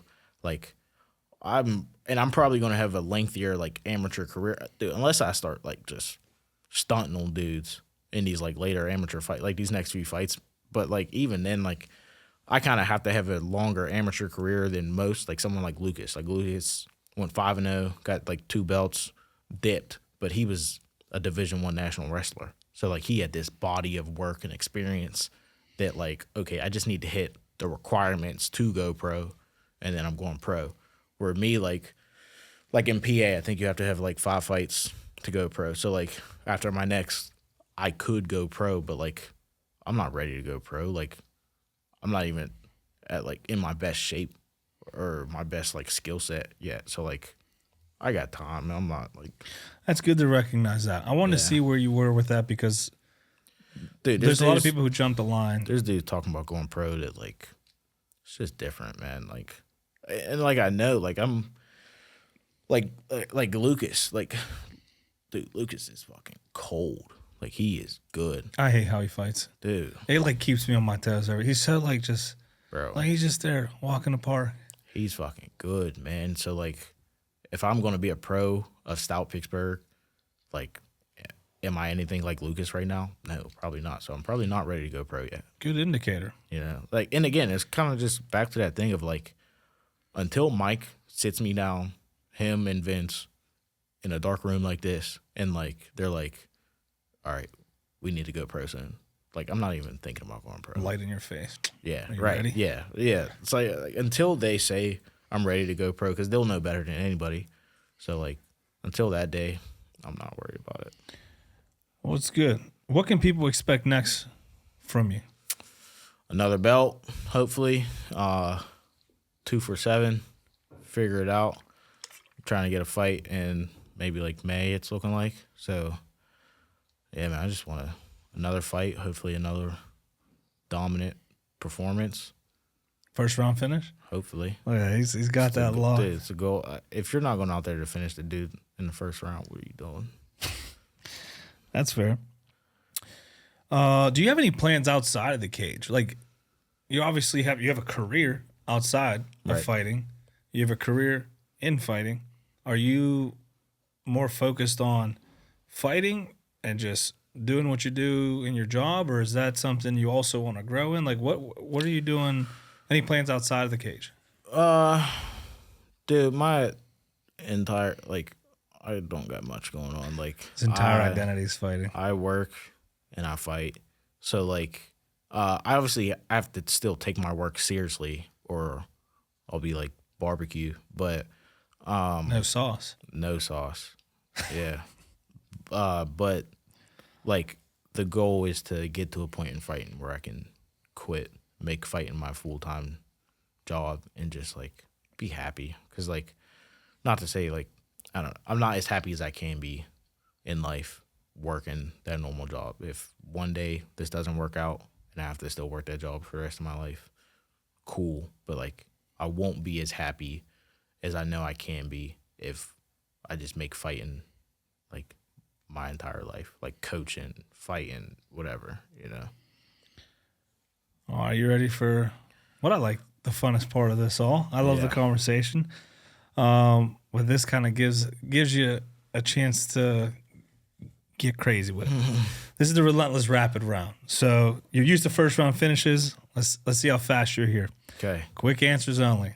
Okay. I promise they're not that deep. All right. Some people, sometimes they are. But what was the absolute worst weather you've ever had to do electrical line work in?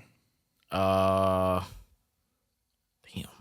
Probably, dude, I just hate rain. Like windy, rain. We've had some pretty windy stuff lately, but dude, I just can't do rain, man. Like you're still up there in the rain? Yeah. Oh yeah, for sure. There's no like how does that like? Okay, I like to think I know a little bit about electricity, Right. but there's water everywhere. Yeah. Electricity, they don't really like each other, according to my understanding. No, I don't. I really don't know like the super science about it. Like sometimes, like certain voltages we work on, we have to like actually hands-on touch. So we have like rubber gear, like rubber gloves. Do you feel it? Like through the gloves. Yeah.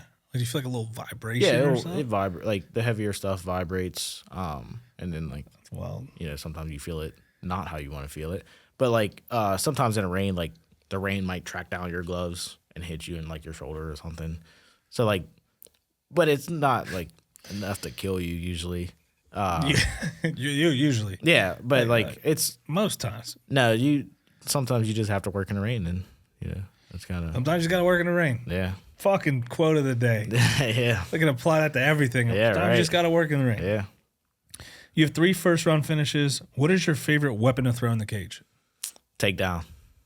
Single, double? I've been on a single kick lately. I'm really into head outside singles because they're like so frowned upon. But sorry, you I mentioned keep this. making this. No, I like relentless it. You round. mentioned this. Walk us through. So you grab the dude, and now you're carrying him. What is your thought process when that is happening? Get him to Mike Wilkins ASAP. I didn't because I took him down right in his corner. You're like, no, we can't have this. Come over here. His corner was also just like, damn. No, but his corner wasn't like they're telling him to get up, and I'm like, bro. Well, that's what you're supposed to do. Yeah, I guess. You ever heard? I love that You video. gotta Get tell, up. Yeah, you gotta tell a guy how to get up, and like he just. You This said, wasn't going good. You said, for let me him, take man. him to Mike Wilkins. Yeah, so I Maybe was he can like, learn a man, little something. let's get you out of this corner, get you back to mine. Like people were looking for like this big slam, which I was kind of pissed I didn't get. But I was just thinking, pick this dude up, get him to Mike Wilkins, and we're about to get up. Let him take control. Yeah, let Mike take Yeah. control. Ain't nothing like Mike on the joystick there. Yeah, Which is so crazy. Everyone talks about it, and I remember one time, it was when the fights were at the bounce house, the trampoline park. yeah, I fought there. Yeah, I mic'd Mike and Will, Yeah, and I forgot whose fight it was, but I had them mic'd up as I'm filming, like some background stuff, yeah, bro. And I'm playing this after. Oh, I think it was Lucas's fight. It was Lucas's fight. I mic'd up Lucas's fight, and I'm playing it. And Nick was there. Shout out Nick. He's my homie. It was his idea to do it. yeah, And I'm watching this back, and dude, him and like one learned a lot about the codes. yeah, And I'm like, well, can't use any of this for the videos. yeah, So I had to mute all that. But just being able to hear it, they literally timed, like everyone thinks, oh, which Lucas, I'm gonna give him his flowers. He's out there doing his thing. Dude, they're literally predicting time. They're like, all right. He's like, in 1 minute. I remember it was like, Will was like, no, Mike was like, can I take him down? Will's like, no, not yet. In 1 minute. Literally, in 1 minute. Yeah. Code. That is crazy. Takedown. Yeah. And then he tells him, sprawl, get under him, hit. He's telling him to hit harder. Those don't count. Hit harder. Yeah. And then he's like literally walking through every little thing. And as Mike is saying it, then Lucas is doing it. Yeah. Talk about the focus you need to have to, one, be in a fight, but now listen to what your coaches are saying, be able to articulate it. Dude, not a and lot of apply people it. can do that. Like, there's people that fight, they're like, oh, I can't hear anything that's going on. I'm like, how do you fight? Like, if I stayed on the other side of the cage, I could hear Mike, but like, I can hear everything Mike and Vince say, and they like really walked me through this last finish. But especially like I always have Mike and Vince, so it's a little different. But like when Mike and Will coach, like Mike is silent until it hits the hips and hits the floor. So Will is like saying all this crazy stuff, and then as soon as they get on the cage or get on the ground, Mike or Will shuts up and Mike's in now. It's so crazy that dynamic. Dude, How it looks like so cool though that they talk when they're supposed to talk. You know, when you have that much experience, it's like that's what I say. Like, how can't you perform well in there? You literally have people telling you what to do. That's what I mean. You just have to be able to and there's connect people it. that don't listen. Like that. Dude, that shit makes me. Well, you're in the angry. fight, bro. Like, I don't care. Like, okay, in all honesty, in all transparency, I was one of those guys. I'm like, I could not. It sounded like gibberish. That's what separates us. That's why I don't do it. And that's Yeah. people are like, why don't But you? I'm like, yeah. there's a different level. That's Like, what I mean. Like dudes just are like, oh, I can't hear anything. Like I don't really hear the crowd as much, but like Mike and Vince have such like prominent voices that I hear every day that like they speak, I listen, and I will do whatever they tell me, even if I don't really want to. Like, you know what I mean? fuck it. That's what you're saying. All right, you see something I don't. Let's go. Exactly. Yeah, it's very impressive how like in tune you have to be while you're fighting another human who's trying to fight you. Yeah. And if you can't be in a fight and listen to your coaches, hang it up. Respectfully. I already did. Yeah. All right. No, yeah, in general, yeah. You have 3 you beat obesity. What is one cheat meal that still tempts you today though? Well, out of camp, I still get obese. So dude, that's yeah. So what you mean I beat it? I fight with it every day. That's a whole nother story. But I don't know, probably something like McDonald's. Ooh. Dude, I fucking love McDonald's. What do you get?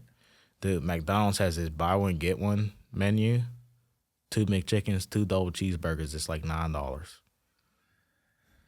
Those are my go-tos. And like a 10-piece to kind of sizzle on top. I gotta stop that. Yeah, I gotta stop that. We both gotta stop that shit. That shit will kill you.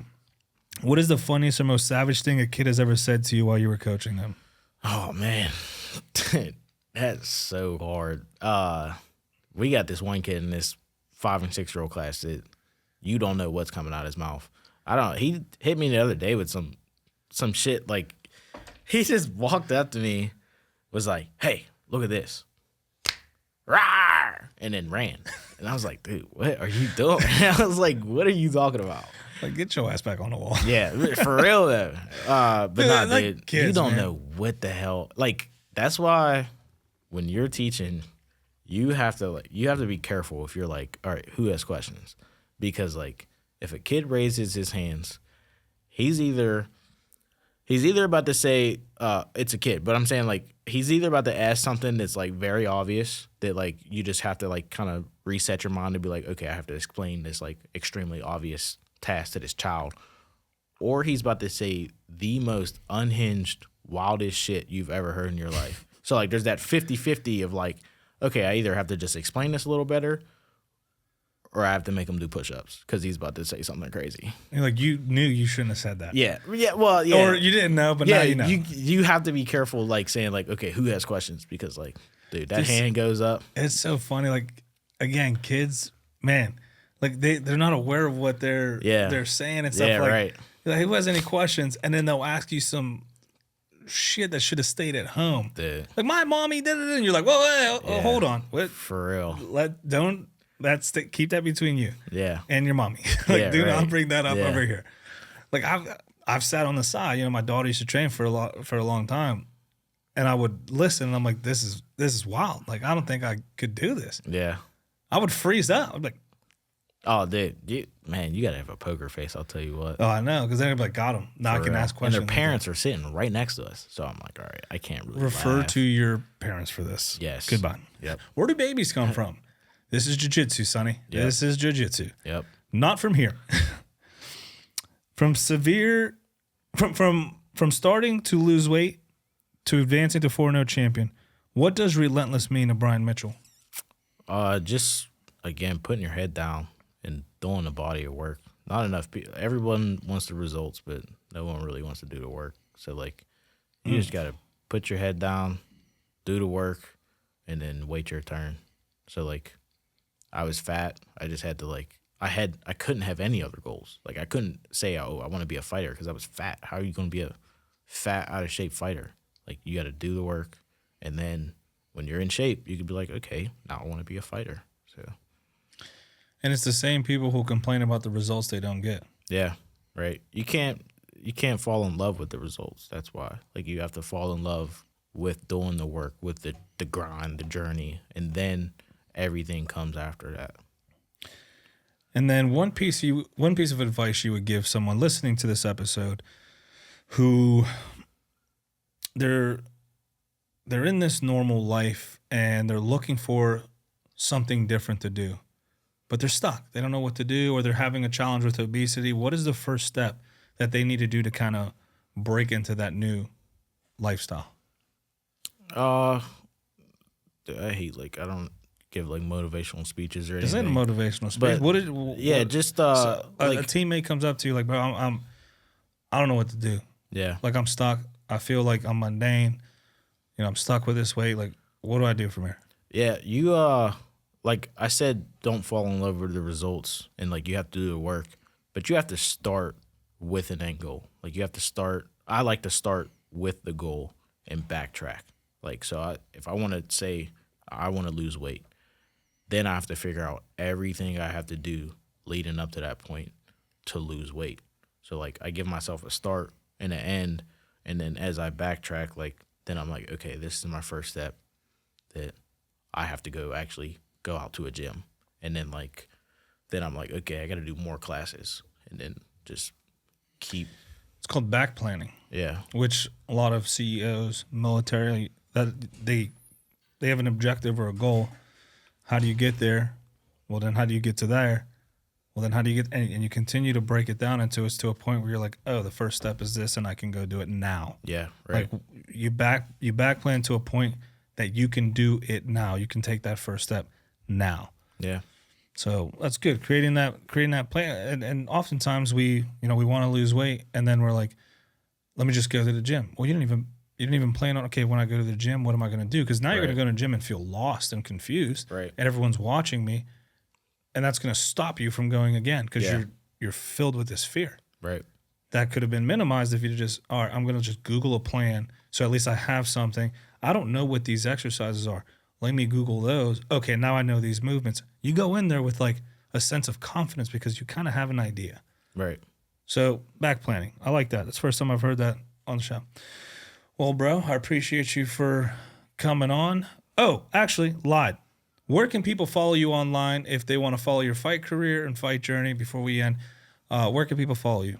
I'm pretty much just on Instagram. So I think my Instagram is _ my name. So _ Bryan Mitchell.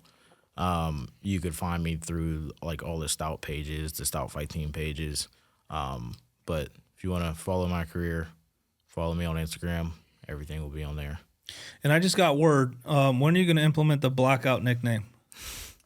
Maybe they find me a fight in May. Maybe I will lose my mind. Yeah. I'll design your shirts. Dude, it sounds pretty good. Dude, just think huge lightning bolt symbol between Blackout that kind of cuts it. Yeah. Oh, dude, I'm going to do, that's my project after I do the 1,000 things I need to do this week. All right. I'm going to design you a logo for May. All right. Oh, dude, I'm excited. All right. Appreciate you for, what you got to say? You about to say something? For free, right? Yeah. No, no, I'm joking. So one thing I like to do, he hit me for the free. Damn. No, for sure. No, one thing I like to do is, so you've gave me your time. Right. You don't have to come on here. This is something you're not used to. No, dude, I appreciate this too. You gave me your time. I would like to do something to help push what you're doing. You're pushing what I'm doing by giving me your time, giving me your story. I like to give back in a way like a lot of podcasts give gifts, and my gift is what I'm good at: marketing, graphic design, videography. Right. So I like to do something kind of like a pay it forward to kind of push you into what you're doing and what you're pushing for. Yeah, man, I appreciate it. That's my gift. Yeah. There you go. Yeah. It's my gift I to like you. keeping everything like in-house too. Like you're, as far as like a stout guy to me. So like. Well, I mean, to you, I am a stout guy. No, I'm just saying like, because I don't ever really don't see show you. up to the gym for 6 months and then you get written off, man. No, but yeah, man, I like keeping everything in-house. Hopefully Pittsburgh, like, and stuff like that. So I appreciate that for sure. This is the one with Bryan, maybe future Blackout Mitchell. Yeah. Appreciate you for coming on, brother. And we are out. Thank you. Later. And we just got to listen to Bryan Mitchell. Before we get out of here, I have a challenge for you this week. Bryan had to wait almost a full year between fights. He trained, he sweat, he dieted for months with absolutely zero reward because his fights kept getting canceled. He had to do the work in the dark. Your challenge this week is the Work in the Dark Challenge. I want you to pick one hard thing, whether it's 100 push-ups a day, reading 10 pages, or sticking to a strict diet. I want you to do it every single day this week without telling a single soul. Don't post it on Instagram. Don't text your friends about it. Don't look for a pat on the back. Just do the work in the dark. Build the quiet confidence that comes from keeping a promise to yourself when nobody is watching. Because when the lights finally come back on, just like Bryan, you'll be ready for the championship. Share this episode with one friend who would be inspired by this conversation. Follow the Relentless Project on Instagram, X, and YouTube at Relentless PRJCT. Like, share, subscribe, drop a comment, show some love so we can keep bringing you awesome guests with relentless stories. And remember, we don't settle, we don't quit, and we don't wait for permission. Love you all. I'm Ish. This is the Relentless Project, and I will see you on the next one. Later.